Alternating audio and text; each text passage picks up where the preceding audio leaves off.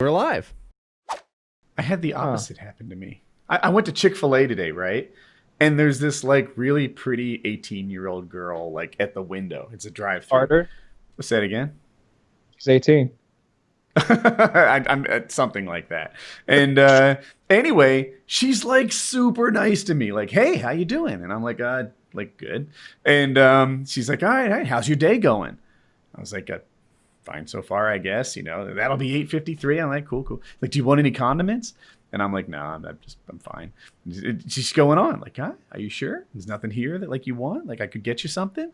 And I'm like, what the, like, I'm 43, right? One of my superpowers is being invisible to 18-year-old girls. Like that happens. It'll happen to all of you. And she's being so sweet. And you know, like later on, like, you know, we get the money. She gives me my car back. Are you sure? No condiments, nothing here I can do for you? And I'm like, no, this is a drive. Went into dirty old. My manager's watching, and he thinks that I'm hoarding condiments. So just tell me what you want. Great. No, really, honey mustard, ketchup, whatever you want, sir. Just one. She asked me at least 3 times to make sure my day was good. At least twice on the condiments, and a couple random like how you doings. And I'm like, man, this girl is really taking an interest in me. But she was so sweet about it, right? She was so sweet about the whole thing. It felt like she was hitting on me. But I know that can't be the case because... That's just Chick-fil-A. People at Chick-fil-A that work there, it's almost unsettlingly nice how nice they are to you. Because everywhere else you go to McDonald's, you go to there's a McDonald's that I go to every so often, and I swear to God, I have to be like a carnival barker or like a bull auctioneer when they hand me my food, and I'm like, hey, Alexa, ketchup? That's what they're just throwing it at you. Slam that door closed, and I'm ketchupless because it's like they open it halfway out to like sneak my bag, and if I tell them as they're putting the bag out, like I'd also like some ketchup, they look at me like I just told them I want you to run a half mile to the nearest ketchup fountain and get me a fresh glass of it. Like they back in and. It's because you're white. Yeah, like, well, I mean, it's white people that do that too. It's just a McDonald's of, you know, we're really cutting back on ketchup stores, and so try and get them out of there before they can remember. I hear you, but this isn't my first rodeo at Chick-fil-A, and this girl was just unnaturally nice to me. I still don't have an answer for it. She those big ketchups there, you know, the really big one that's like you can either peel the whole pouch back and dip into it, or you can just peel the front off and like squeeze it out. Capitalist innovation right there. They got the ketchups. Mm-hmm. They do have the best ketchups by far. Chick-fil-A does. Chick-fil-A. Yeah, they don't give you bullshit packets. No. Taco little cups that you like squeeze the ketchup into, which are very frustrating. My daughter Taco Bell tried to not give me any hot sauce the other night for my $26 worth of Taco Bell that I had. and I was just like, the diet's done. That's like 60 No, tacos. this is like a week ago. I'm still eating fairly healthily, but it's like $26 worth of Taco Bell. It's 2 bags, and one of the bags has a box inside of it. Okay, like it's a lot of fucking food. And she just hands it all to me, and I had already said, like, she was like, you want any sauce? And I was like, yeah, a little of everything. Because I want like 5 or 6 of every kind of sauce they got. There's no sauce in the bag. There's no spork for my cheesy fiesta potatoes. There's no straws for my soda. So I just sit there, and like, it's nighttime. It's like 11 p.m., and I'm just looking, and nobody has come back, and maybe a solid 45 seconds has passed. So I just go, and just lay on the horn for like a solid 30 seconds. You know, let's make sure they hear. And someone comes shuffling over the door like, yeah, what is it? Some hot sauce and some ketchup and some straws and some napkins. And they just looked at me like I was insane, and I was just like, yeah, now. Like I was so angry. And he looked at me like I was crazy. I was like, yeah, now. Like, what the fuck? Like, I just bought $26 worth of like this bullshit food that you sell. Like, come on, I want my hot sauce. That's a huge sum of money at a Taco Bell, too. Mm-hmm. Like, so that's no joke. That's like I keep reiterating it because it's so goddamn much. You're Taco an entire Bell. construction crew worth of food. More. They've got a 10 for 10 deal. For $10, you can get 10 bean burritos. I got $26 worth of tacos. Did you get 10 bean burritos in your $26 order? I don't do that. Because that would have been disgusting. I've done it before. I've ordered 10. I've ordered 5. I've like mixed it up because they will, and I've gotten like 5 soft tacos, 3 crunchy tacos, and 2 bean burritos, and then just eat it all myself. That's gross. Yeah, I love it. I really love Taco Bell. And normally, Sharandra works up there, and I'm not just saying that. That's her name. Sharandra has been selling me Taco Bell since I was 17 years old. She's been working at Taco Bell, and when she's there, I recognize her voice. I know on the speaker that I can talk quickly because she knows the menu. But if it's anybody else, I know it's a real crapshoot. I'm not. Do you ask for is Sharandra there? This is a real ordeal. It'd be quicker if you could grab her. Well, she doesn't make the food. She's got those nails that are like crazy long and curved. So she actually has a hard time even handing me the bag. But she puts the stuff in there. I think those nails help her like really capture a lot of extra sauce or something.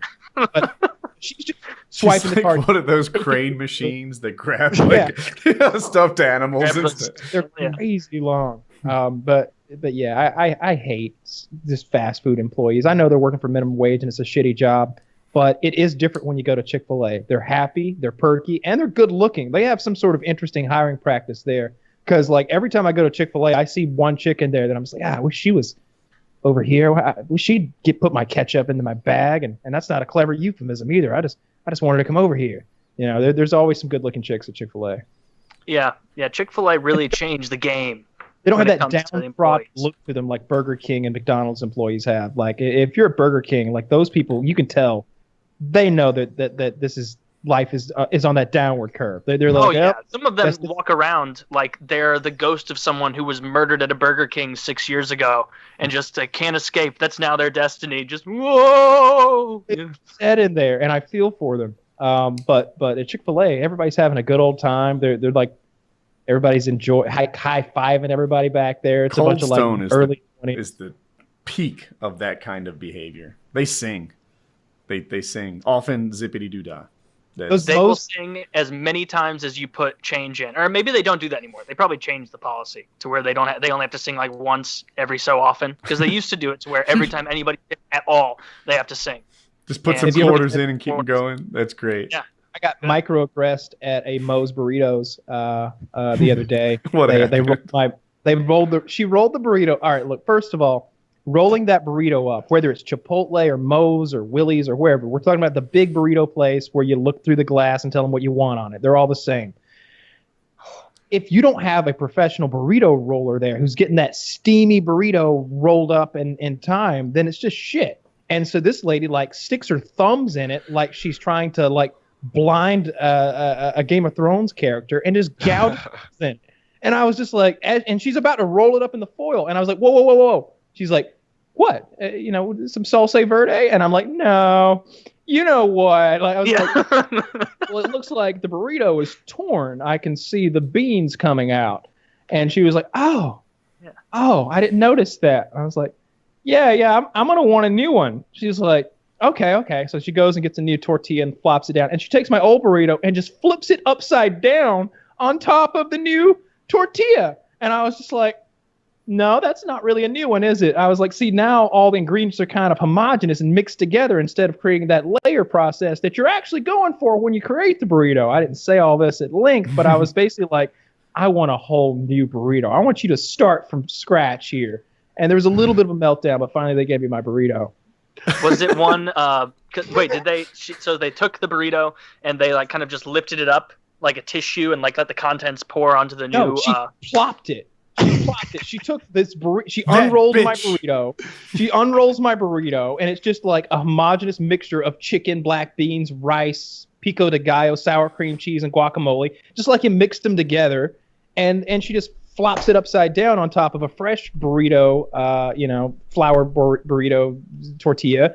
And then that's supposed to be okay. That wasn't okay. Yeah, if that's a microaggression, I was microaggressed a couple of years ago at a Qdoba when they did the same thing, but they didn't even, because I've had it done before. It's happened to everyone at Chipotle, Qdoba, Moe's, whatever, where they fuck up your burrito and you're like, oh, can you just put it in a new fresh one? And they do exactly what you said. I've never minded it being a little bit mixed up. I don't care about that as long as it's a fresh tortilla that's not perforated or punctured. But what this person did, this girl, she must have been new because she punctured my burrito and she didn't have to be called on it. She immediately went over, warmed up the next tortilla, grabbed it, brought it over. But she just placed the old burrito in the new burrito and then wrapped it on top. And it wasn't until I stopped her like, whoa, wait, that's 2 tortillas. That's 2 tortillas wrapped around my burrito. And she was like, That's yeah, not the other the one recipe. ripped. I'm like, I only want one. Like, no, could you please do it so that I'm very polite to people in food service, so I would not be rude. I was like, if I remember correctly, like, please, I'd like it with only 1 tortilla, please. Otherwise, there's just too much bread. You know how it is. And she acted like it was, she put on the smiley face, but I could tell she was a little pissy about it. But that was definitely a microaggression. Should have said, I want a layer of melted cheese between the 2 tortillas. Then you're all good. See, that's how I like to get mine usually anyway, is I get the burrito wrapped in a quesadilla. What? That's... Yeah, it's a quesarito. Tell them to kind of jerry-rig it into your food of choice right there. No, they do that. That's a thing. You ask if you're like, hey, make it a quesarito. They're like, oh, good choice, my friend. They know. They just take another, they take the tortilla out and put the cheese on it, and then they roll your burrito up in that. So you've got. You know what they're really doing is they're looking at the people behind you in line, going, another fucking asshole ordering up. Yeah. Oh, is that what you want, sir? You want me to make you 3 entrees and just make it a big amalgamation of all the same ingredients? Would you like me to do that? Okay, sir. Everyone, we're gonna wait. We got someone here who wants 3 things in one. I know, sir. You're probably ordering. You have to get back to work. That's fine. This gentleman right here wants a quesadilla. It's an $8 burrito. They can take their time and roll that fucker up. And, and of course I do the double meat trick where you don't tell them it's double meat until they've done the first scoop. So now they've set a level of scoop size. So you get double. Because you don't want 2 chicken. halves when you order double. No. They're skimpy with that chicken like it's on their dime, right? like he paid for all that chicken. Another trick is if you're in that line, if you're at a busy one, sometimes they just have the same person going back and forth making burritos and whatever the whole time. Sometimes they have 2 that like switch. Yeah. Always go with the biggest person, preferably male, that you can find. If you can let someone behind you go up front, if there's a small woman making it, then absolutely do that. Say, I'm still thinking. You go ahead. And then she is going to make that guy or that girl the weak little burrito where she's like, oh, that looks like enough chicken for me. That should be enough chicken for this adult man. And they dump it in there. No, you want someone who has a little bit of empathy when they're making your burrito. So they put that 1 scoop in and they go, would I be happy with that? I wouldn't be happy with that. And this gentleman right here is going to be happy with that. And we're going to keep this patron returning. So it gives it a little extra, a little 3rd scoop. It's only like 6 or 7 cubes, but it's enough. Yeah. Anyway. New topic. I love it. Well, I spent an hour on burritos and the different places. To push us out this topic is microaggressing me pretty hard right now.